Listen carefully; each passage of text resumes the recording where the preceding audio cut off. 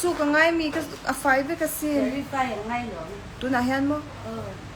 ko ma se to enjoy nei ko ta okay tu na hian I'm Tess,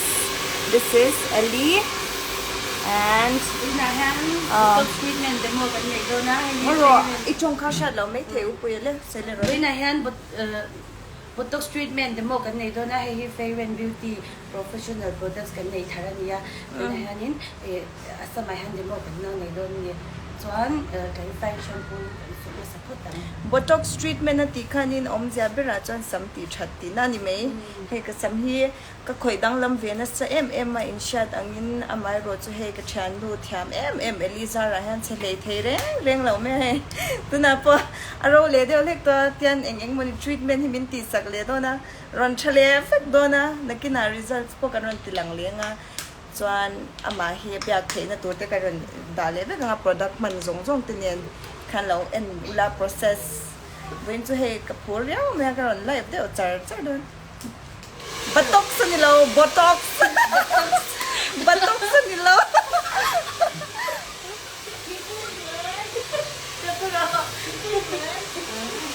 chan he na kan lu kan sudon filter ka remove tu law chan chu mo ka mai bol ai ka into I see Eli to chong ani mo ni chiang ang chu the one and only mo i unaw nu khalai pui te unaw nu ka ne ve ni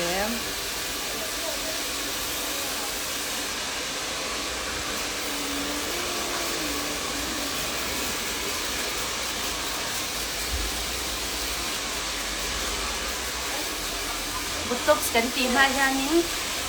clarify shampoo in a chemical lo man do ang hong ha kan sukta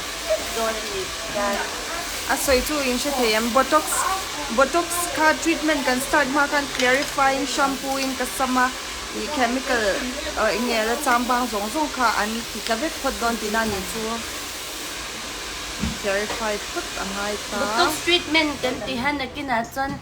fair and beauty mizo page khanin kan ron review kan ni na hang kan ron soi don thawa Botox treatment hi khoyang nge athoti te khat tu na hi chanin tang kan thok mok shi ato we man ti ni chu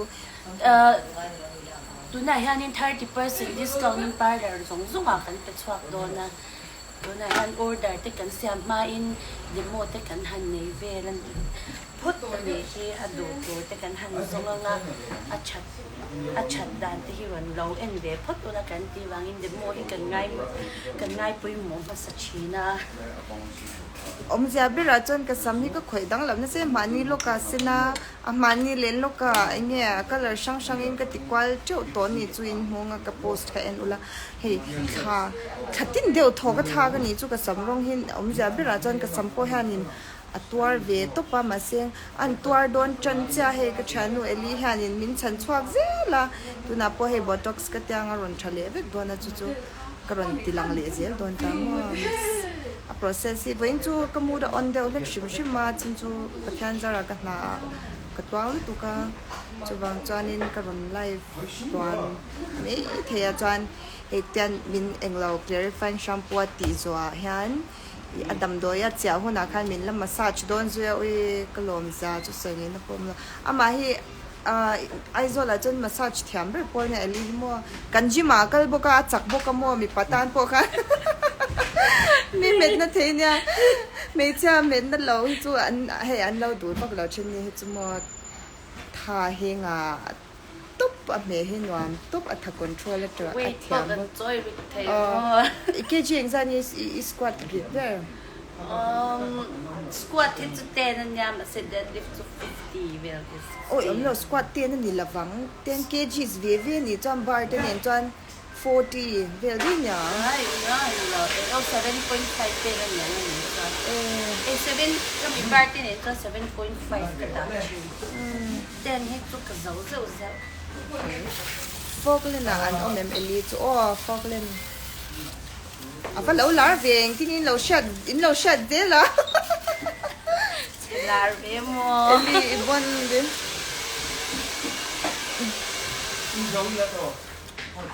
botox treatment kan ti ma hian clarifying shampoo in sama chemical la kha he ati care putni chu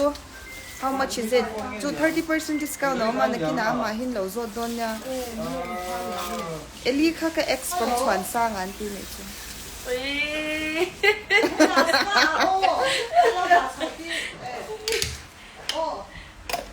Fair and beauty product ka mga mo ma ha na shim. Fair and beauty products a hian ning ke ma hi technician. Fair and beauty products sa ma chu technician ni chu. Kaming ko hi fair and ting ka thak chep. Fair and beauty product ki kalau shangai lo shim ke ma hian no. Chu I eng lo ama tang han ka sha ka chan no em ma tang han ka sha. Clarifying shampoo hian ning la ne to lo ga min lo ti tur ve te po khan ning clarifying shampoo khan hian lo ne to lo ba min voi ni ka su sak na ni le to ta eng lo sam hi asu nem thak tur ani ya sam hi ala nem to lo ka twanin su voi thung theng kha su ning thei treatment hi ti reng angai em sam che over angai lo voi khati khan in results lang ngal chalo to botox phe chu sam chungril kan cortex layer a hian in a thoka chu tanga thodan vel te po chu na ki na review te karon cha manga he ute si hian min story sak le do na in lo en loi don nya englo tu na ka sampo hi mo ro to em ma before thala kha kan la vek thowa jan after a khan kan ran tilang le vek do na mo ama de hi hian min khoi sak to ka sam hi chu a che thei lo ni to treatment that sak le ha ve sam color che to tan te le natural hair pa ngai po kha he ati enge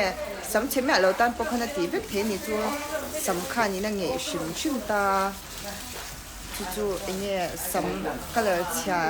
to no nei lo nei care lo he sam le natural thabe tak te po kha ni in ti thei ve a thap tak ang nei le swal a thale swal lang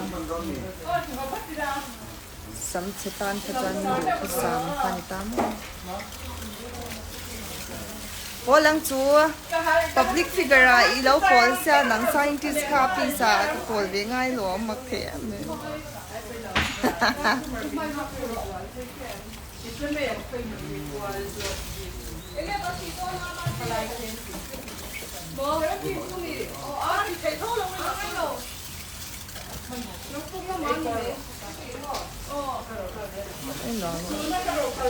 Kita min massage lai po chu karon tilang kanga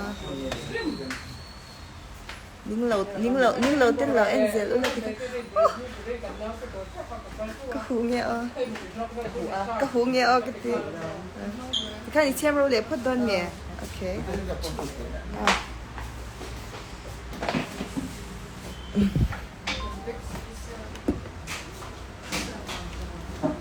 well dry te kan han nei le te na chem lo mai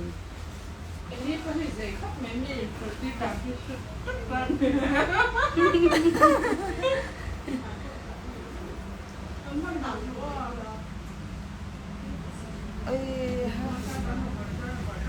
Eli khoi shim hi chu an nuam hi ni to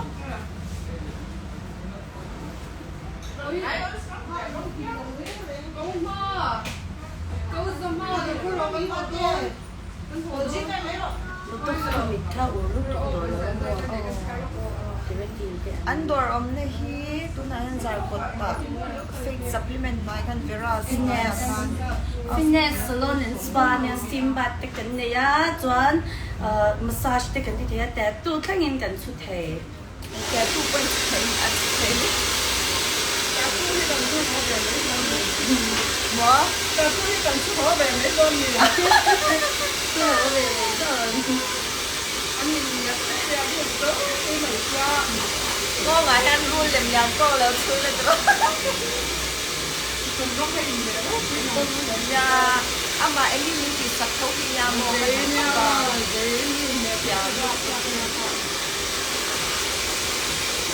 anh này gì mà cái mẹ nấu chắc mẹ những gì cái bố đi nhặt luôn mẹ nấu chắc lắm cả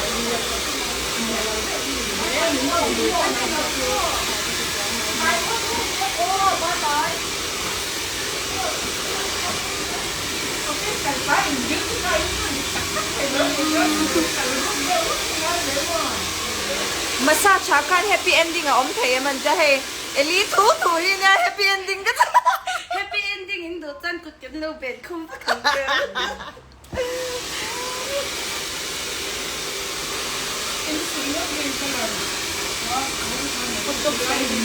ai arong ni ka tu ka thak khal lo si ai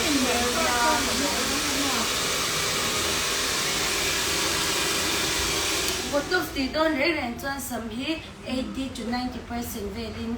botox treatment kha kan deposit ma in kan ti do nei tu 80 to 90% will do try pula ngai lo mi right.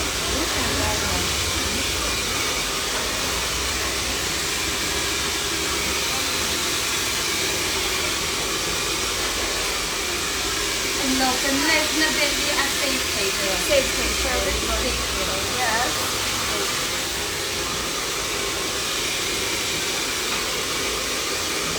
blue tick price hi in shot do chuanin in Instagram akan meta akan lo to la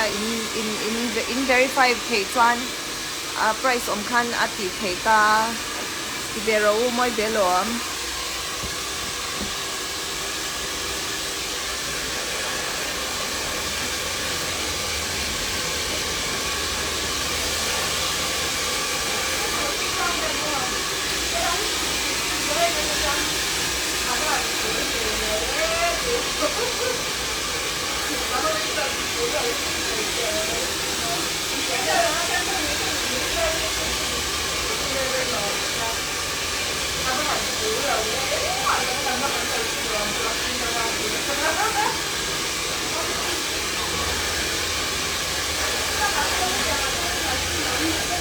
meta lo an zor ang chi pha ka shalo ka shabe lo ka jang chi ka chu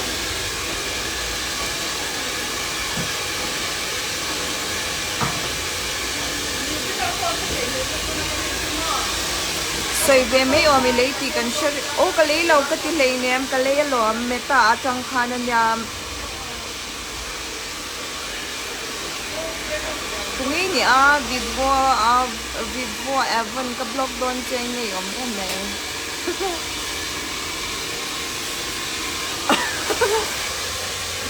mood on na line ron ti off tum lao to hey yeah bani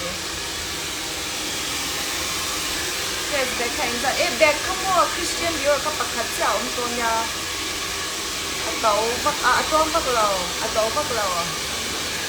it's a labor ken o bak mai boy tum lai chu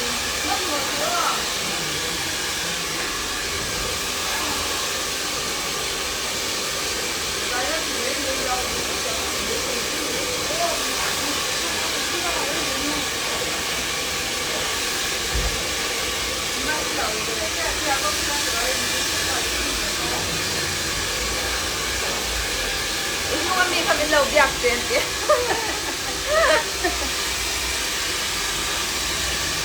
thân kê pakhat cha om to ron ti ban pat to in lo Christian Dior come on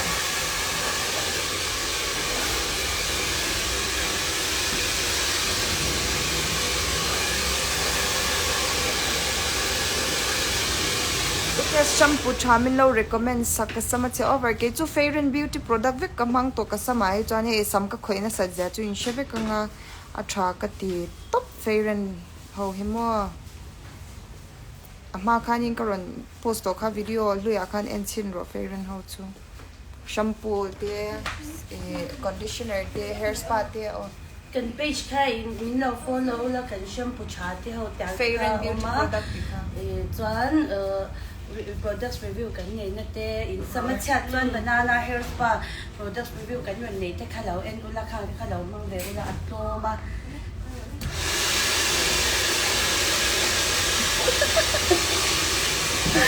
Atoma yes atoma to right atoma kap le khan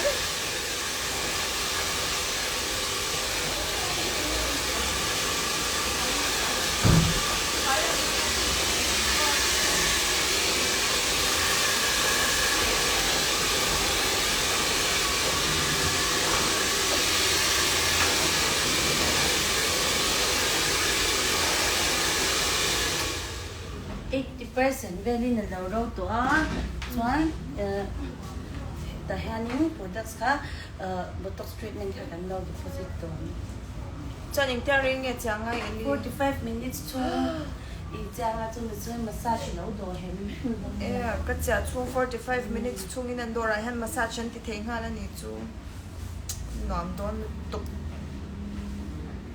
lel pictures min lo moderate de please Zabi, this is not YouTube. I'm moderate me shlo. A take them Instagram I have. Moderator da.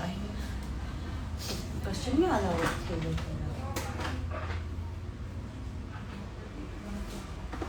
Nito to da wali mi to to na to tin ai kitchen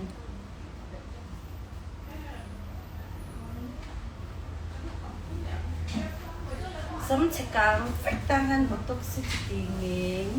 Some chakang fektan botok stingeng ji some chakang care lo tan puna ti chi thawanya because ati chatbel Some pot ngil ve chak si some cheto si kan phei chuanin ngil na 100% baka mo kan kasam anga phei chuanin keima ngai dana chunin I englo he kan lo khoi na sa kan lo color na sa to sa kan lo bleach na sa to sa kha khanin he enge mo china chana por lo thei lo ni chu kha kan han botox kha chuanin ti hianin he aron lang smooth je le je don ta ni chu mo kha ka du a botok si kan ha na re to le bokani kan hak ngar na sam botox to hian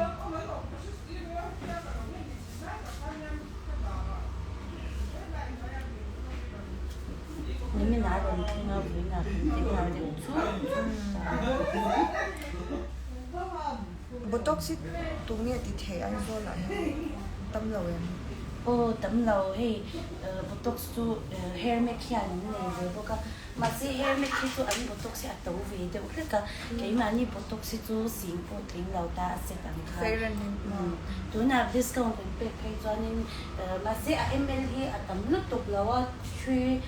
350 ml cho anh vàng khan nên vài khan nên discount lại phải cho sang nga lệ thì được cho mình lấy thay rồi asset kha ni laptop nunga mi kami lo bia kan ti lo le nunga mi kha number min lo pen bel pa nei lo nya kan lo ti pu yang chau fel le kha nom una le kha lo om phat tu la lo nei ve tut svei thei boka ne lo sugar daddy cha ne drop tha ko drop the baby vai putar sugar daddy desi chauka miếng desi chauka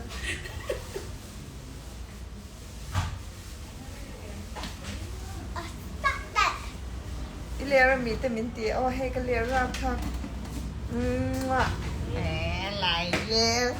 lại về tụi ngay mình ta sinh ra như nhỉ class 1 mà Abba fel to tak Abraham macam assignment khai thì dấu tụi em homework kha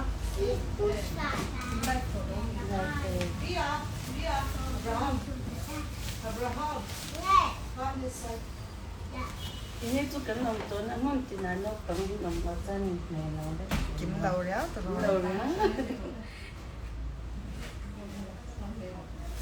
kho có filter bố tí luôn sẽ quý lò filter tới lò bố năng gắn chụp thọ it's okay để ống lệ chứ lại cho nó cái filter thì cho nên cái medicine đấy cái thao thì hi rẻ bé đâu Aaron hi class sinh ra nghe KG2 nị to hey hi treatment lotion ani wang hết tất cả mấy cái này hay nên hết tất cả các mấy cái năng in don nhà anh lâu anh người nhớ lúc tôi người tầm phong ngay lâu ta rồi đặc sẽ hết lâu treatment lotion là chúng tôi sẽ treatment lotion nó khai nên nó ăn cái tham mô keratin sẽ dùng để quy đỡ hết tham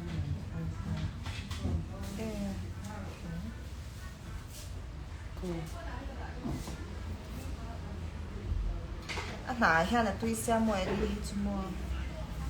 thèm bên nhà cái mình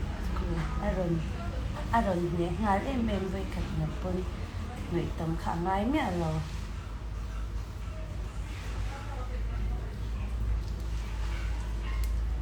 ta cần người mất công xem đi rồi tình yêu mà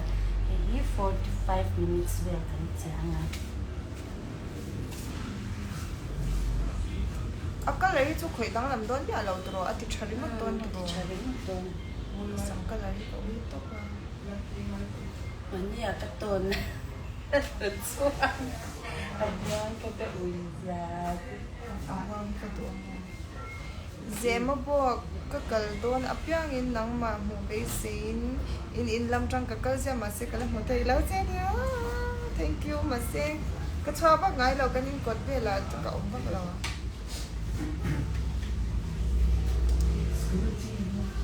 Funny, chỗ tôi in pane upui lâu lòng về tiền. This is Zafra hair. Upui à, oh hi. Tattoo artist ni boka mà hi mo. Mi bon. Mi bon. Mi solid na. Tattoo artist đi bạc cả giải thiam bộ. Là giải thiam rồi. Sayang. Làm tiếp bộ thiam về. Atul dana zirin massage happy ending po pe the ni chu. Hello đâu chị nào.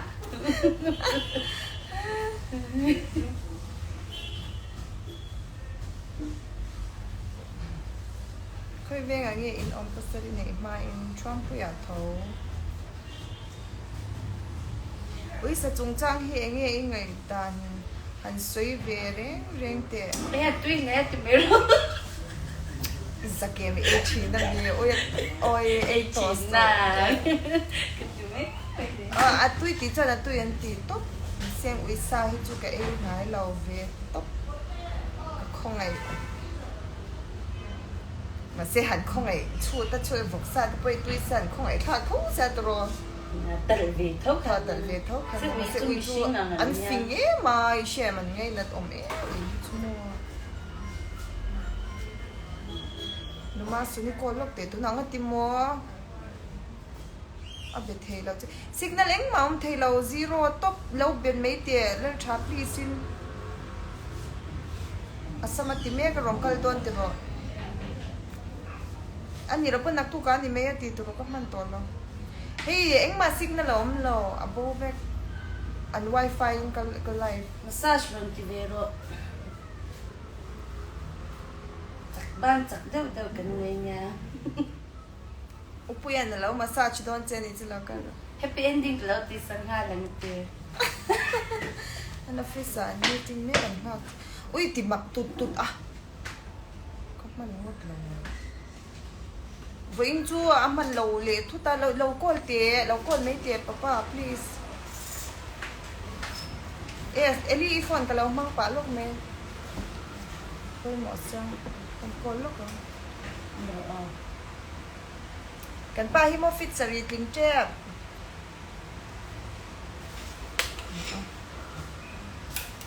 Chỉ mà đây có xây đơn.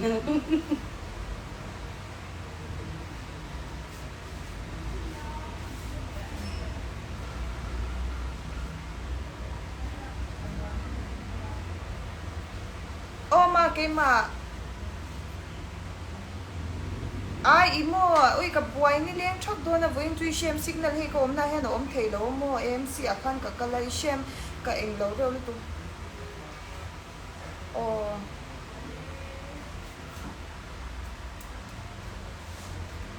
dai za ta nge ui ka sam ka khoi me ka sin ai an noi vek to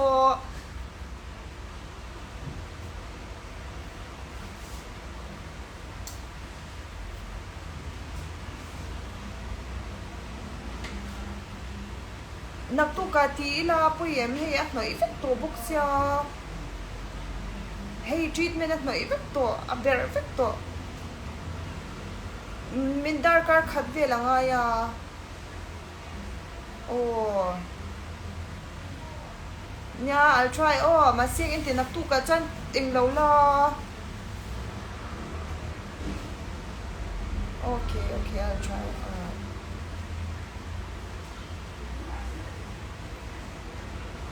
so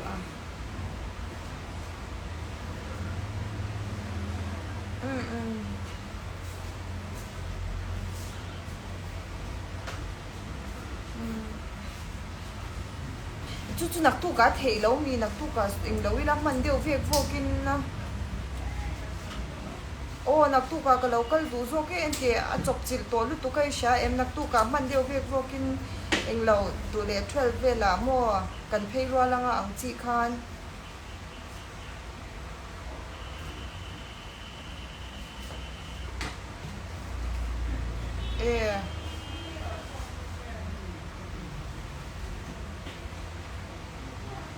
cái lâu tu mang hay căn hẳn khỏi dâu mà on le alright okay bye bye a thao lu tuk ti re cái thao to lâu cái food dai cái này à cái thao bắt đầu vài vé na lại đẩy lâu vé na lại hắn mình hi mình ti em Mani to ka to. Mani to ka ba yung ti vé na la Go ti kay kaltay. Kaldon Kipo July ang kaldon. Fort vel ani mai the Kipo tu tang ka tu ne the ka wa swan kan se kal na tor ka ngar to ka passport te di ma port te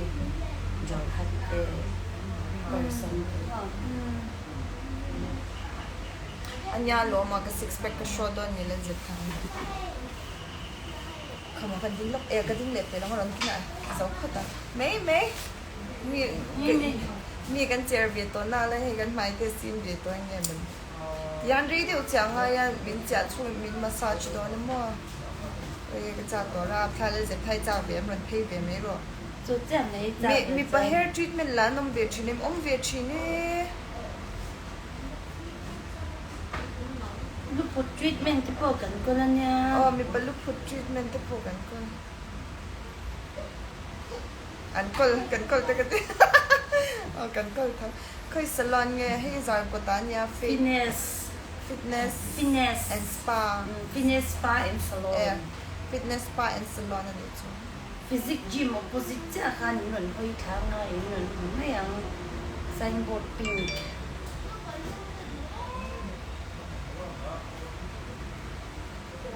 cái lùm tục này cái mấy tiểu xoài dễ làm phai ôi ông nào tục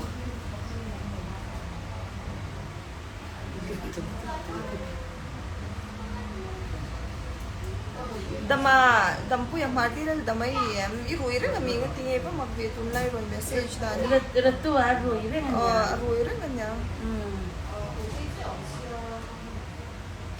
kadam lên tầm hít ra rồi một đôi nào gì à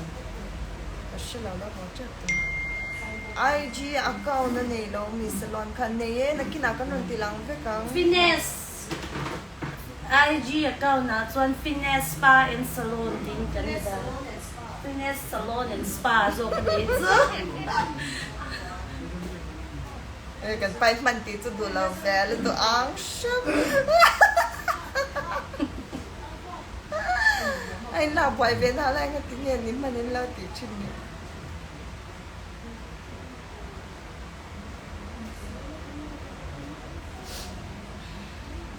thiên lung chạy xem cho thế lâu thiên lung chạy cho thì nghe nam nó bian thar lắm bia kín lắm mình ăn xem cho thế thế sẽ ta cái trong tụi em muốn ta chỉ là mình về đủ lâu em han say te em about what is it to me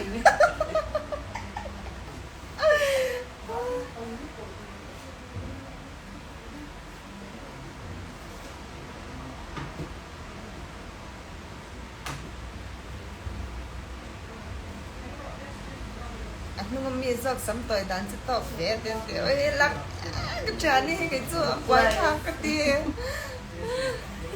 ไว้ทางให้กันติดตัวนี่ at the galak tung man sila mo นักตู้เวลากันเราฉุกไม่เทดำปุยกันนี้มันสเตอร์จิมแอนกอลตูค่ะเอาอดิจ่าเราพอขับรถพัดตัวหรอ ma หัน fu หันเจนัสตัวมา dam pui ma fu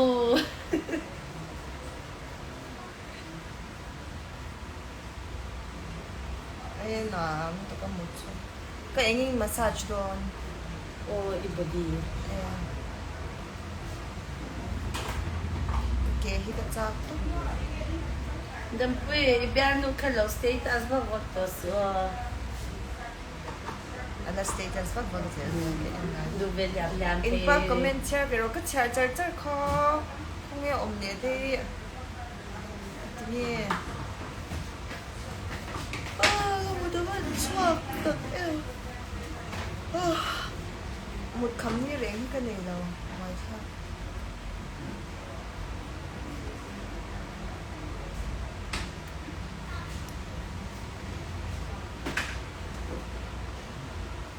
ไอ้หวยจุดตายทุกไม่ล้อมลิปสติกแต่กันเหมือนเนี้ย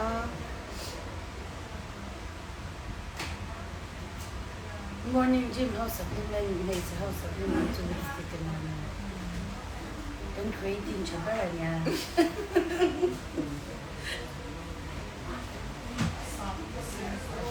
สร้างสรรค์ให้แม่ก็การเนี่ยยินชาเอ็มเอสช่วยเอออินพามีใจให้แม่เทดำโซ่ดรีมอันนี้ก็โดนเมียนตะการรุ่นชนเบียชิลุล่ะI felt like a dream come true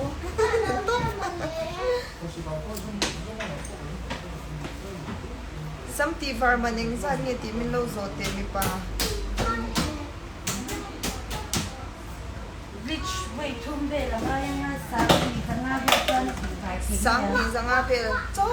ani chu jep tha pian nal dan he ani kalom very nice very nal top ni me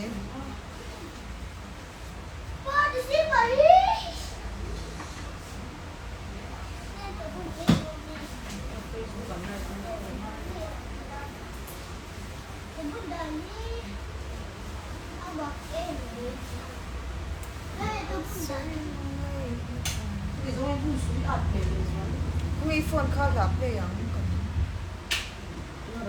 and play don sana play don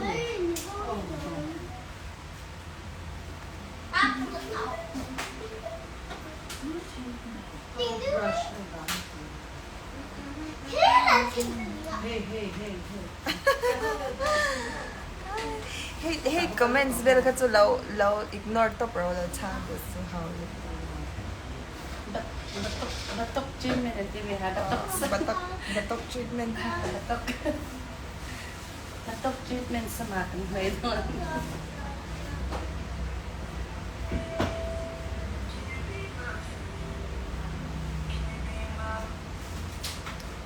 yang filavel ka play ula yung filavel ka na at chan chu mo sa pla chu at life atop te zela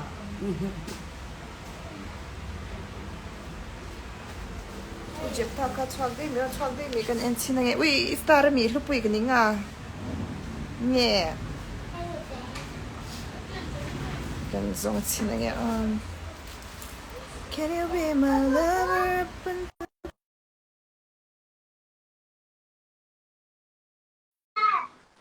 I don't know chwak nyang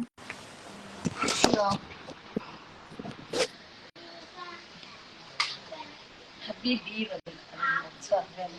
你们那个摔窗，你脸上空来的摔窗。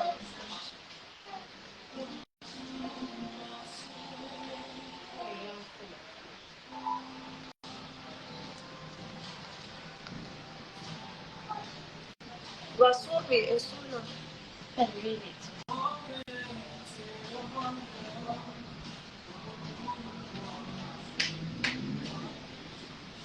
Pero acá te pensando, no está claro.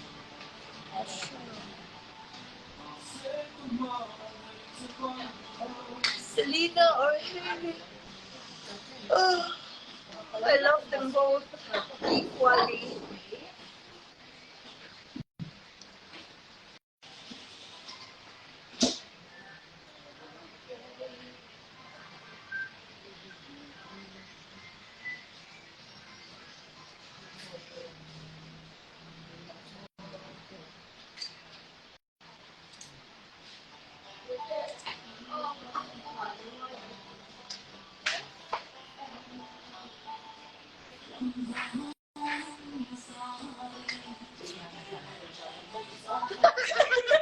Jadi dulu dari lain dulu, iya ini cuma kalau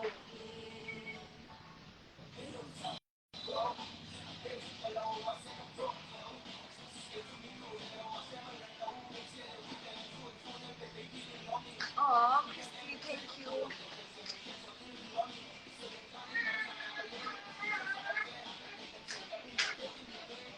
Kita berdapat luar. Iunaw na saban ng dito, now may papangkat ka niya ang law saba, ang law. Chris, thank you, thank you.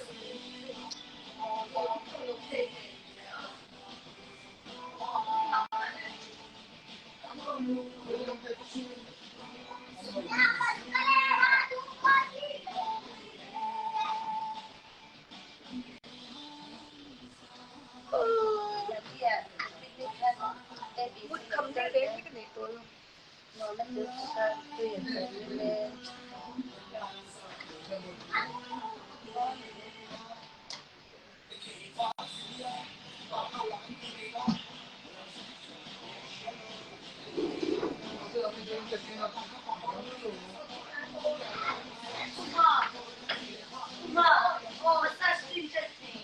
Eh.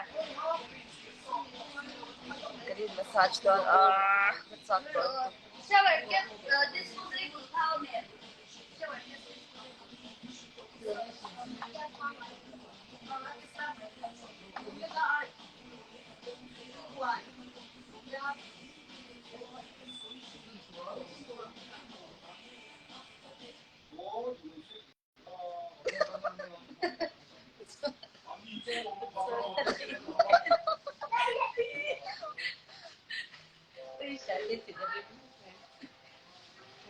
Big as a fish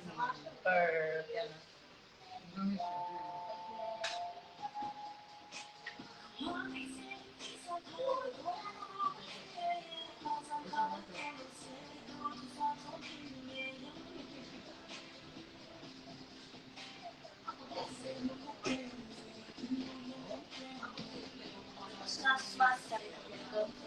Massage master yung head doon. So, yung saktol.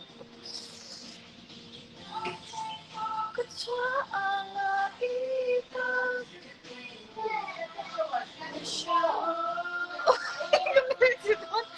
Sure, keep it doon. 누적게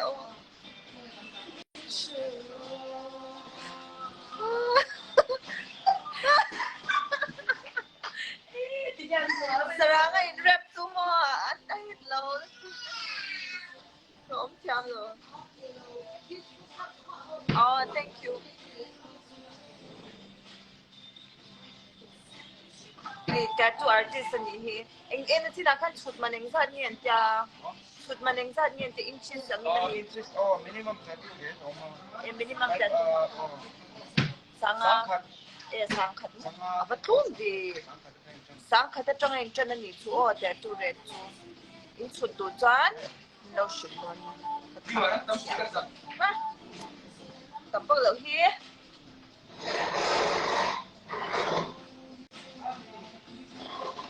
ngon ai han bul lian to han sume na bul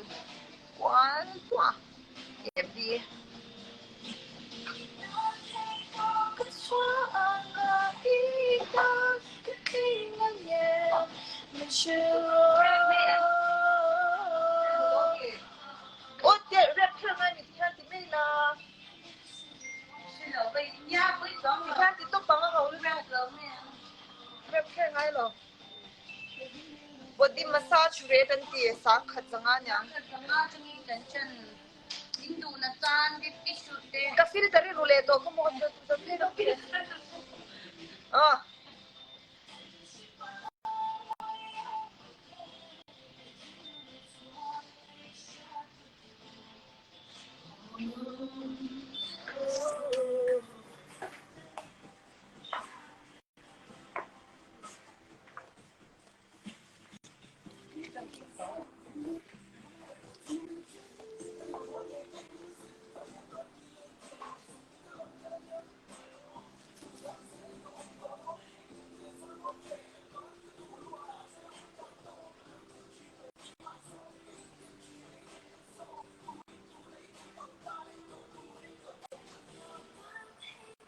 cái xóa anga ita cái kinh nhẹ mình chưa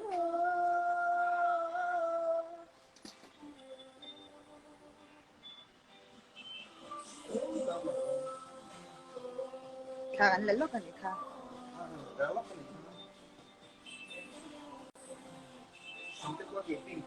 apa nở rượu em mình sống cái rồi khá anh nở rượu tốt ôi pink nghe cái đồ thế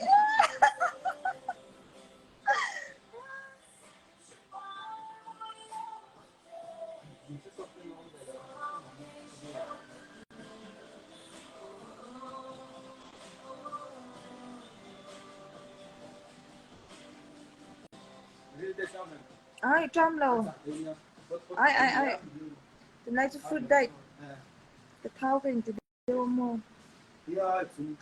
cái chúng rau rồi workout khá tốt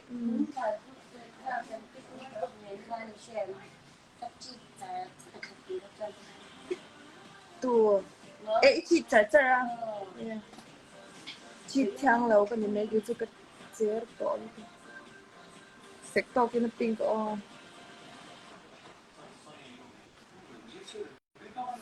ui ya sek to cái nó sama pink kan nanti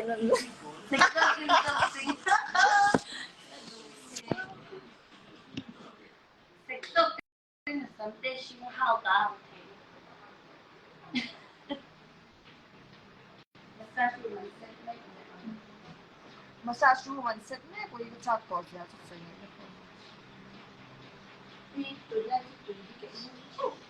अच्छा तो इन्हें नहीं छोड़ como ये माइक है तो हम लोग देते हैं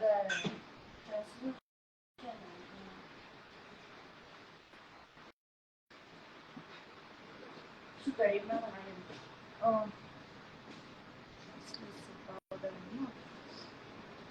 my mom ही करती रहे देखो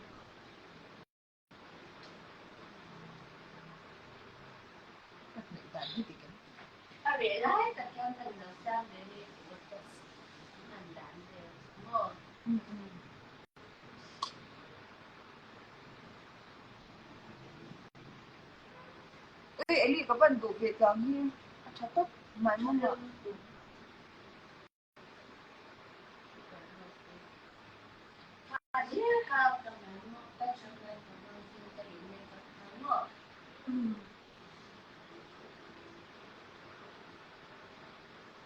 ui massage room mình sẽ tập mét cả chặt tỏ ra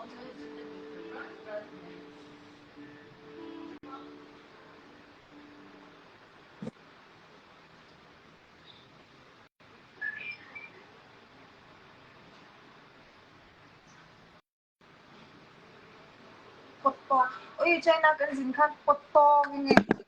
an pot lom the to ko mo pot ta kan pot ta opon me opon ito massage mo la ka mo lom brand ka mo tu na so I hardly even have time for gaming more. Okay, man. Ouch. Massage this one. Come on. Hey, patient. Hey. 我拽死我墙你！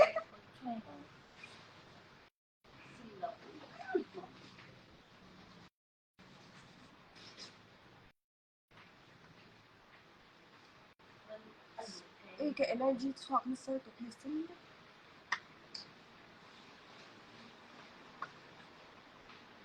Nula sila ta gini. I'm not nula. I'm not nula. Yes. Ini kahapon. Zakhan masih ka life tu. Buksan dis potenti ni na low life tu. Up and low. A room there can not such like Ai ka life tu wang kamel sia langin. Tram. Ai nam he lutuk. Ka low idu tu low pasoi ro. So ka low ikha. Cái đồ đồ cái lâu bất sấy đơn mi hay khi door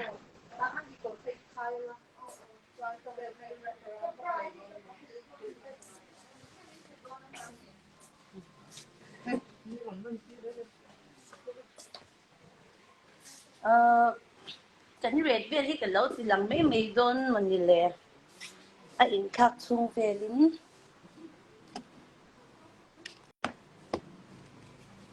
thì cái door hành cho nhà hay finesse spa and salon manifest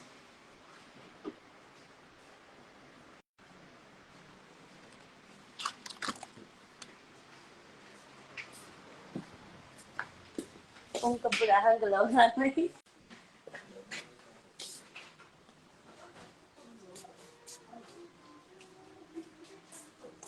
no long search can hear the fish start starting something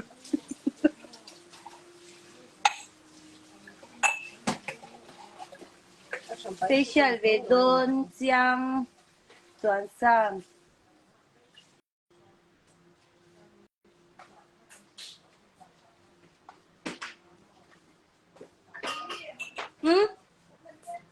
yes Kabok mo ni te kasag na. Uy.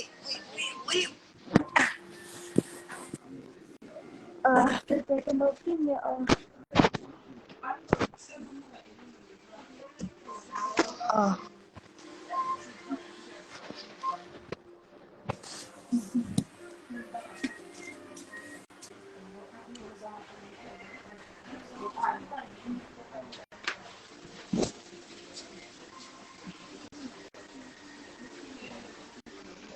I know what you need. You need therapy from me. PK? Okay. Okay.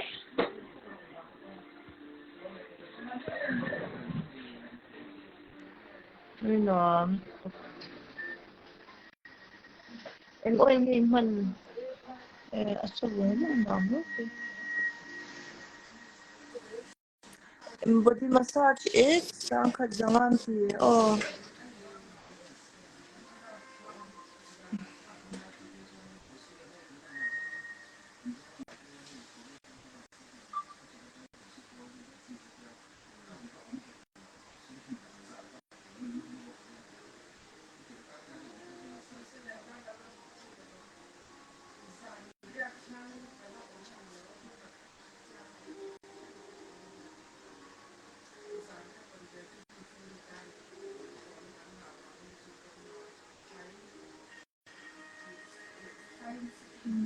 Yeah.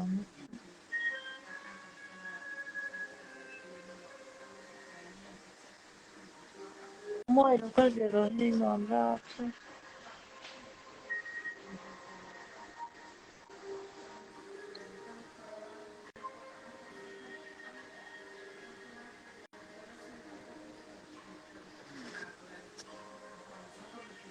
It's very cheap. It's worth it.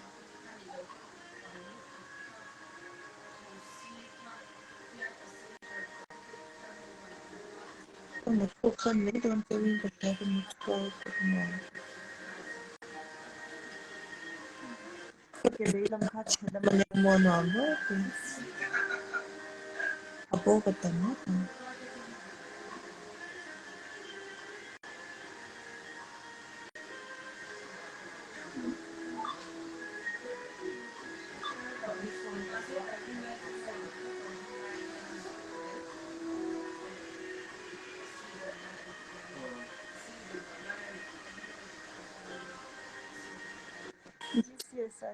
khâu bằng nhau thì hết mấy rồi nhưng khâu vì lấy hơn cái nào cần trả cho mình rồi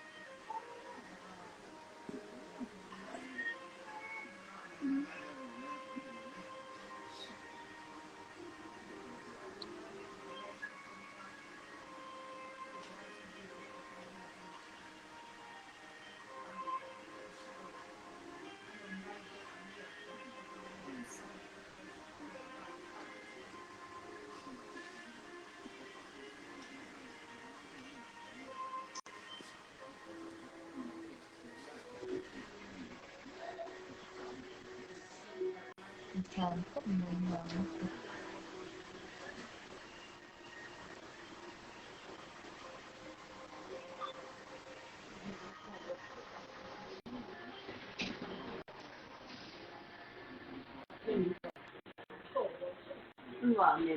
nó mới được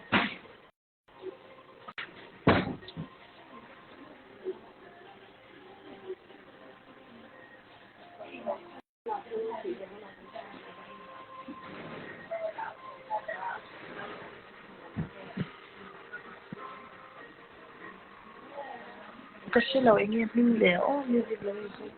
máy phun là tụi mình phun phải đâu mà cái đấy làm mình sao nó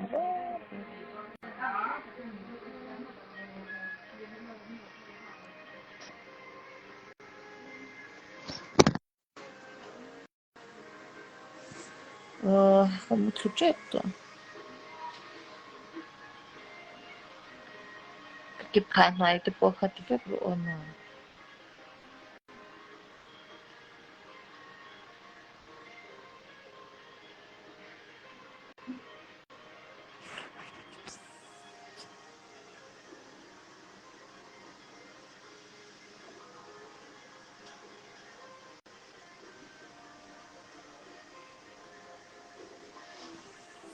rồi nên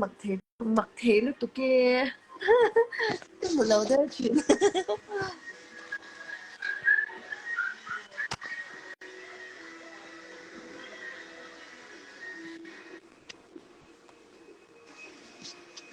ui naman naman guys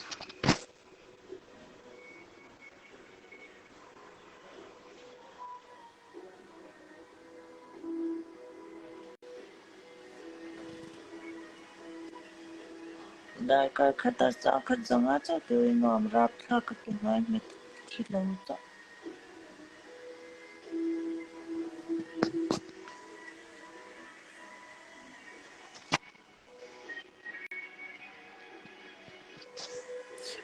ad tu ni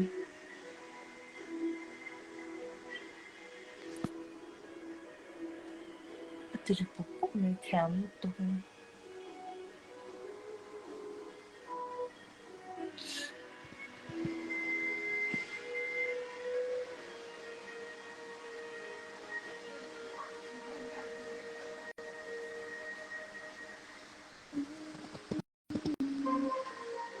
ri ka ton na zong zo me nam hai hai me nam kan hi lúc don ni ka ta lúc don ni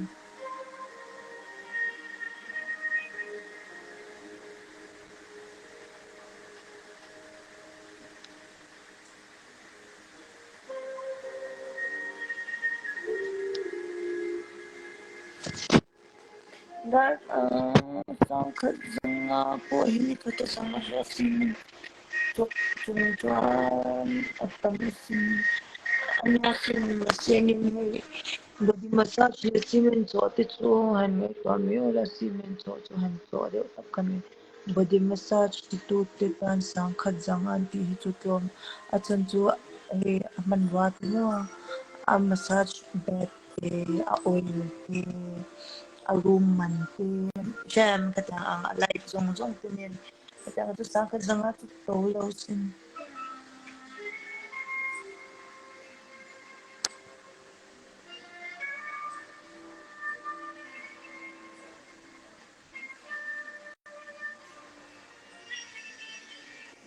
tin nom rap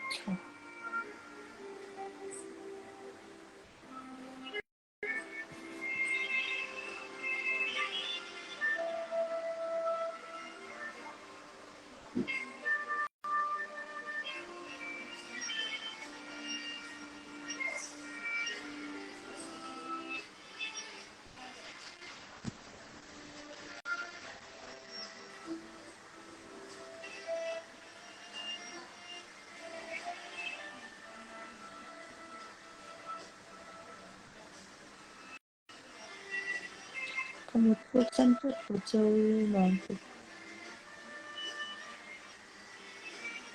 Mami December la tuloy ilipigil ko mat mo tuloy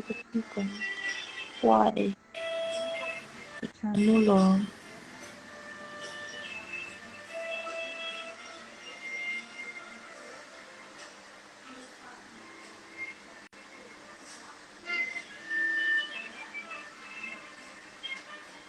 lamot para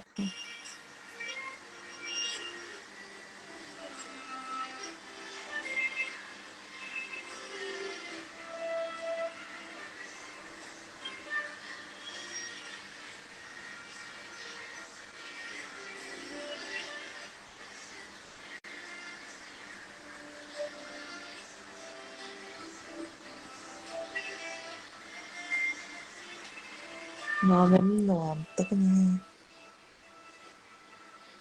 tham lúc tục